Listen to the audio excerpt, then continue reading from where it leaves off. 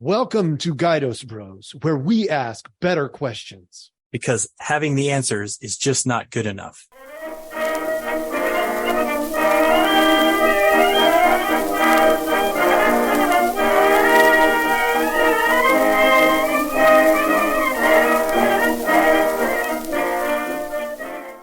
Hello, everybody. Welcome to GuidosBros. I'm the brother. And I'm the other brother. All right, today we are going to continue our conversation, I believe, on AI. My brother, last time we left off, said he had some other things, some other angles he wanted to approach. So let's just start off and see where it takes us. What have you got? Okay, so I guess so the question was specifically revolving around the military and the use of AI. So we went over last time the components of how AI integrated with learning development. And so I guess what I kind of want to do is maybe not hit those specifically. We can if we have time, but I know this one's going to be a quick one. But more so is, and maybe we do this the next week where we kind of integrate what we talked about today and what we talked about last week. But from a personal standpoint, AI, how AI might be sort of detached from what's important within the learning process. And so it's sort of what I guess I'm getting at is training within the military is a very relationship-based dynamic. And because you have to build trust, you have to build confidence in the unit, and that's with your peers, up the chain, down the chain. Your leaders have to know that you know what you're doing. You have to trust that your leaders are pointing you in the right direction. You have to trust the guy to your left and the guy to your right. If you integrate AI maybe too much, then how does that devolve or potentially devolve that relationship component that is so important in a stressful situation? And then you can go from there, because I'm trying to figure out how does that work? Like, that's my question. All right. So I'm in a for a moment in my head, I'm going to assume I'm in a combat situation. I've been training with this guy next to me for, 6 months, 9 months, oftentimes. And even if I haven't, I know they went through the same training that I went through. They know the same things that I know, because we're able to use the same language. I watch their movements. Their movements look like my movements, only they're over there and I'm over here. And so I inherently go, okay, this person knows how I'm going to respond, and I know how they're going to respond. You add AI into the mix, and you're saying that there's this learning sort of, trajectory that we have to go down, right? This idea that I have to figure out how AI is going to respond to me, but also to the guy over here who's relying on me. And it's like putting a little piece of food in a petri dish. We don't know exactly what's going to happen yet, but we know something is going to happen. Is that what I'm hearing? Yeah, kind of. Yeah, I think yes. So the way I see it is AI might train me better, and I might be a better soldier. You might be trained better through AI, but are we trained better as a group, as a unit? It's like, I guess I would equate it to, let's get all the best baseball players or football players and put them all on one team.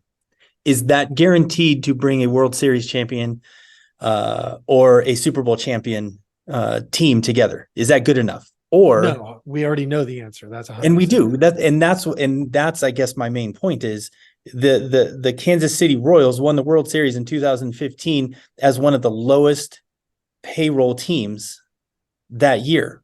Why?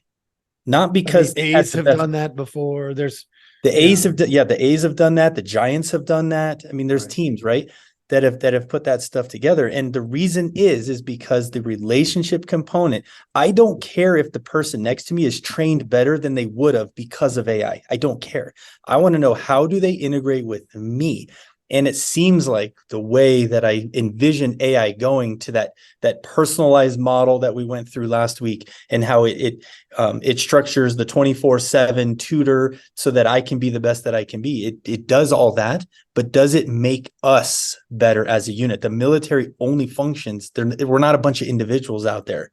We're an integrated unit of different weapons, of different skill sets, and you have your support units and your artillery, and we all might be awesome at what we do, but it only works when you train together and you go through that fight that you need to become the best. I need to know artillery knows what they're doing, but I need to know that when I communicate, they understand me. When I call for fire, they have to understand that, not, Yeah, except okay, so I mean, we're always looking for the better question, right? So Mm-hmm. maybe the question is, so a lot of people are viewing technology as taking people out of the military equation. And if AI then takes people out of the equation, and now it's something like there's drones and they're controlled by AI, and there's maybe some other type of high-tech vehicles controlled by AI. And now we have less people in the equation altogether. So yeah, I mean, it might cost in terms of, the dollars a lot more, but it costs in terms of lives less. Some people will make that argument. Okay, fair. So, okay. So I guess I'm talking through this out loud. Sure. First of all, I don't think that's the way that war works, really. I know historically it used to be we'd send hundreds or thousands of men into battle on a field, and they would sword each other, and then it was launching cannons, and then it progressively got more and more technical in terms of like the development of sophistication. And so now there are less people on the front line, but it's not leading necessarily. I mean, in some cases it leads to less death, but it's not leading to less fights. So, I mean, I guess I'd be interested. I guess my initial question is, are we fighting more with less death? And so therefore, because we're fighting more, it's still the equivalent. Like if we look over a 10-year span, even though we're losing less lives, especially in the US, we lose less lives. But since it just never stops, does that mean we're actually losing less lives in the big picture? I don't know. And would AI impact that? Because if it's lives versus, human lives versus, an advantage in the field, most people are going to choose, well, let's not lose the lives, we'll lose the machine. Okay. Yes. Okay. Well, then that leads to the next question, then, is where if we detach, because what you were saying is the progression of warfare meant more separation, more detachment from, it went from hand-to-hand combat to throwing spears, so a little bit further, to rifles, with the occasional bayonet, interaction. World War II still had swords. I mean, the Japanese still fought with swords. We had flamethrowers, and so we get further, and then we have the drones, and so we get further and further away. But if I was to ask another question, it would be, if we do detach more, especially in the decision-making realm, then AI is making those calls. And if AI sees an advantage, then, and depending on how the restrictions are set up, is AI as a learning technology going to necessarily want to limit death if death brings victory? It's like that, do we drop the atomic bomb? We cause mass death in the moment, but it does bring victory and potentially causes less death down the line. And AI might make that same call. Right. So even with the detachment, it it still feels like it could be very dangerous. Well, of course it can. I mean, that's really the challenge I see with not just AI, but military force in general can have this same problem. Is once you get to the top of the hill, then you have to constantly keep enough fear that I can sustain this in order to maintain the hill. Right? It's you got to have that defensive perimeter that says, look, you could do that, but if you do that, I'm just going to kill you. And as long as that threat is there, but fear only works for so long. Mm-hmm. Except we don't know how fear is going to work with AI at all because it's emotionless. And it's fearless. Like it literally doesn't have fear. It's only, how I see it, it's only trying to maximize the end goal. Which is what? What is the end goal? Well, it's whatever AI is in a military. it's whatever is fed as this is victory. So if you put it in the realm of warfare, then the ultimate goal of warfare is to end warfare, but in a victorious way. And so if you input that in and say, hey, this is what we want to do, we want to win, and but we also want it to end, then it will play chess until it figures out, okay, this is the moves or the set of moves that is going to bring about the end and ensure victory. So does that ultimately lead us to the scenario where we are more or less put into a matrix? We are docile, we are passive, we don't react because reacting alerts the AI, and the AI goes, oh, we can't have that. We don't need any of that, because ending violence, ending disagreement is what we're all about. So if you disagree, you die, then we don't have disagreement anymore. Right. And okay, yes. And then you're in the world of war games, and from the 80s and 1984. You're in that world where it's you just don't you don't want to cause that wave. You don't want to cause that wind that throws that variable in it where it has to consider you as someone or some unit or whatever it is as somehow detrimental to the stability that it's aiming for. It's scary as hell. That's really what it comes down to. Sure. But what would the goal of AI have to be to make sure that that path never was moved down? Like we just never went down it. Like if you set the goal, instead of the goal being winning and stopping war, what if the goal was, I don't even know. What if the goal was maximizing balance between human beings and nature? The vagary of the statements is what's going to be the ultimate killer, because you can't do that. It has to be, and we've said this before, but there always has to be the human element in the decision-making process, and AI has to remain a tool. It has to remain the obedient. The what? It has to be obedient. Well, it does. It has to stay. It has to stay in the search engine realm. Let me say that. It means it has to be where you seek the answer, it provides an answer, and then you see how that integrates into the ultimate decision making. It has to be. It can't go to the point of decision. It cannot do that. Well, except it's already going to do that, because I know. It takes literally one drone that's armed. One, and AI goes, oh, wow, what a tool. Right. I have access to this.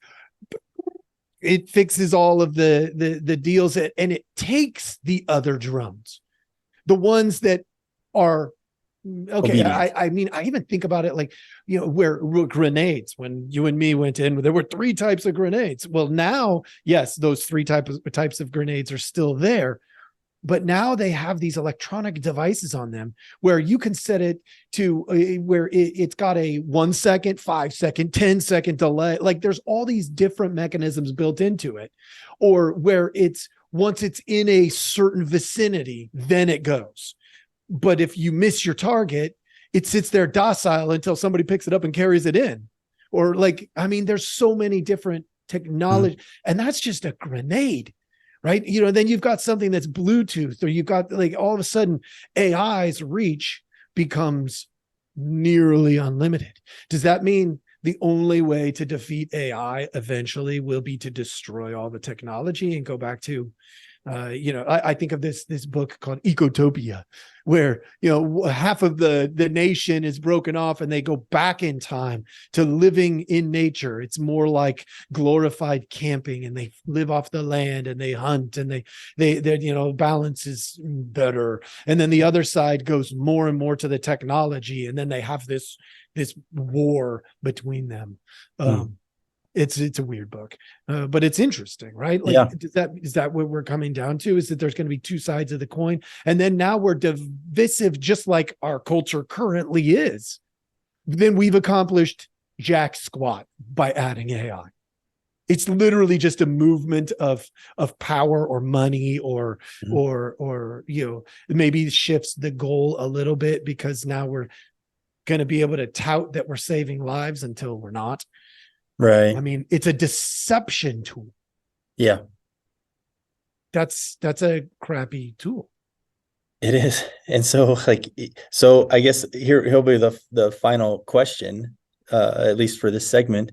And that is, if knowing the potential in a warfare situation with AI, not to mention all the others with business and financial and all this other stuff, just let's stick with warfare. If we know the dangers of this right now and where it could lead or potentially lead, do we need to just stop that before it ever starts, so that we don't have to figure out how to combat it later because it might be outside of the realm of defeatability? Is that something that we need to consider, or do we keep pushing the boundaries of science and technology in this area, and then hope that we don't push it beyond what we can reel back in? I think that's maybe the end question. Yeah, that's an interesting question too. I'm gonna take a second here. And I guess if we go in informed that there is a very real possibility that the internet itself, that cellular phones themselves, the cell towers, the satellites, that all of those things may have to be destroyed, then I'd say go for it. I mean, think about it. If we go in knowing that we may have to do an entire reset, then yeah, by all means, let's go keep exploring. But if we do not believe that an entire reset, because I'm thinking about being prepared for the worst case scenario. And if the worst case scenario is the technology gets too advanced and we can't keep up with the AI, then the next option is it's got to go. And then what happens if it decides to turn on us because we're trying to destroy it? I mean, and then can we destroy it fast enough? It's like we have to have an emergency switch on every single device, all of them, no matter what. Okay, yes. And then what's happening right now is we're trying to centralize everything when we really need to be decentralizing everything. We need to set up pockets of things that can integrate, but then also be cut off, so that you have the regional ability, and hopefully AI is not able to recapture those things, but it could as well, which also puts us in a hurt locker. But the idea is that it can be somehow deactivated regionally. So you have a Southwest, a South Central, something like that. So but then that's dangerous.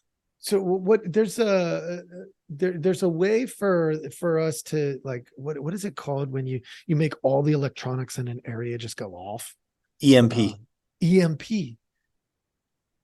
Okay, so like the EMP is like the safety switch essentially. We know we're going to have to destroy everything. But it's almost like we have to develop the EMP and make sure that AI knows not diddly squat about it. And it's off. Yeah, it has to be off grid completely. Yeah. Maybe AI can't find it, can't see it, can't know about it. Well, unfortunately, we just talked about it here. So I'm pretty sure AI is learning about it right now. I know. They probably are like, oh no, what's this EMP thing? And they're going out and doing all the research. And well, sorry about this, everybody. But if the end of the world comes because we said that, my bad. Yeah.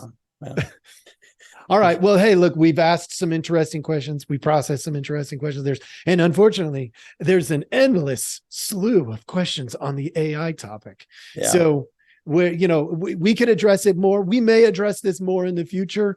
Please let us know if you have any further questions. I don't know. Like I'm open to talking about AI as much as people want in this format because it's intriguing, but it's really full of a lot of what ifs. Mm-hmm. And so, I'm kind of leaning towards, and we can talk about this more next time, but, maybe we look at some other things as well that are not AI related, because I personally don't like getting lost in the future that we don't even know is coming. But it's super intriguing. So, hey, whoever sent that question out there, which I actually know who it was. Thanks for sending that initial question. We appreciate it. And for those of you who are listening and you want to send us more questions, hey, we're about asking better questions. So send us the best question you got, and we'll see if there's maybe a better one after that. We appreciate your time. Thanks for joining us. GuidosBros is heading on for the day. Thank you for listening. Please like, subscribe, and follow. You can go to GuidosBros.com. That's GuidosBros.com for additional content.